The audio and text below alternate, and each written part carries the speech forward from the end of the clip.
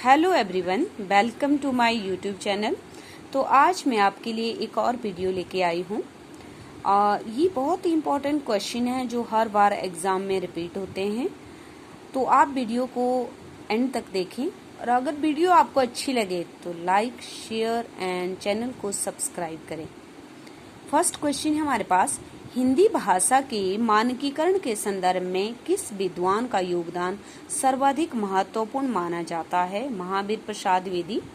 अपभ्रंश की विशेषता नहीं है, तत्समीकरण नहीं है।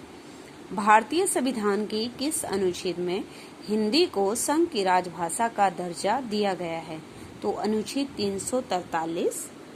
निम्नलिखित बोली क्षेत्र युग्मों में से कौन सा सही है? बुंदेली, झांसी, जालौन, दतिया, ग्वालियर। उत्तर भारत की खड़ी बोली हिंदी दक्षिण भारत में किस रूप में विकसित हुई थी? दक्षिणी हिंदी में। मध्यकाल में राजकाज की भाषा के रूप में किस भाषा को मान्यता मिली हुई थी? फारसी। राहुल सांकृत्यन ने हिंदी का पहला कवि किसे माना है? तो ये माना है सर हप्पा को। नेक्स्ट है हमारे पास, फोर्ट विलियम कॉलेज की स्थापना कब हुई? 1800 ईस्वी में। उदंत मार्तंड के संस्थापक संपादक कौन थे? युगल किशोर शुक्ल।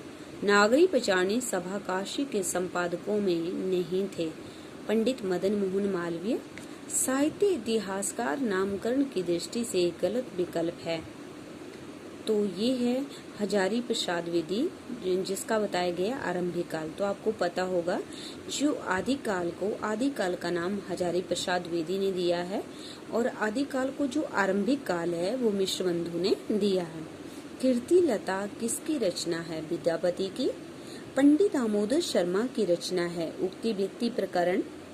रामानुजाचार्य का संबंध किस संप्रदाय से है? श्री संप्रदाय से। कबीरदास सामान्य जन को किस शब्द के माध्यम से संबोधित करते हैं? साधु के नाम से। नेक्स्ट आता है हमारे पास, कथा जगत जीती कभी आई, ये कथन किसका होता है? मंचन का। अष्टछाप के कवियों में शामिल नहीं हैं, तो हित हरिवंश नहीं है।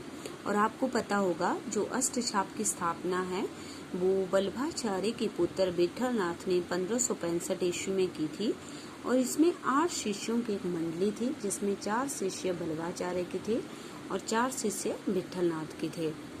सुर पूरी तरह गृहस्थ मानस के कवि हैं, ये कहा राम स्वरूप चतुर्वेदी ने। राम भक्ति परंपरा में शामिल नहीं हैं, तो इसमें जो है ध्रुवदास नहीं है। श्री कृष्ण गीतावली किस कवि की रचना है? तुलसीदास की। किस काव्य ग्रंथ पर आर्य सप्तशती और गाथा सप्तशती का प्रभाव कहा जाता है? बिहारी सस्सई पर। भारत विभाजन पर आधारित कहानी है मलबे का मालिक। निम्नलिखित में से भारतेंदु मंडल के लेखक हैं बालकृष्ण भट्ट। संपत्ति शास्त्र किसकी पुस्तक है? तो ये है महावीर प्रसाद द्विवेदी की। प्रकृति पर आध्यात्मिक सत्ता का भान छायावाद की एक मान्य परिभाषा हो सकती है, ये मान्यता है नंदुलारी वाजपेयी की। और छायावादी शैली की प्रमुख विशेषता नहीं है, तो इतिवृत्तात्मकता नहीं है। नेक्स्ट क्वेश्चन आता है हमारे पास, प्रयोगवाद की स्पष्ट अभिव्यक्ति किस कविता में मिलती है? कल्कि बाजरे की। इनमें से पहल के संपादक हैं ज्ञानरंजन। प्रेमचंद का उपन्यास बाजारी हुसन हिंदी में किस नाम से प्रकाशित हुआ है? सेवा सदन से। स्वातंत्र्य पूर्व प्रकाशित उपन्यास है दादा कॉमरेड, जो कि यशपाल का उपन्यास है। नई कहानी की त्रयी में नहीं है, तो अमरकांत नहीं है। राज व्यवस्था के बहाने ब्रिटिश सत्ता पर व्यंग्य किया गया है अंधेरी नगरी में, जो कि भारतेंदु का है। निम्नलिखित में से एकांकी है तांबे की कीड़े। निम्नलिखित में से ललित निबंध है आम फिर पौरा गए। यदि गद्य कवियों या लेखकों की कसौटी है तो निबंध गद्य की कसौटी है, ये कहा था आचार्य रामचंद्र शुक्ल ने। निम्नलिखित में से स्वच्छंदवादी आलोचक हैं नंदुलारी वाजपेयी। साहित्य क्यों पुस्तक ये किसकी होती है? तो साहित्य क्यों पुस्तक जो है वो है हमारे पास विजय देवनारायण साहू की।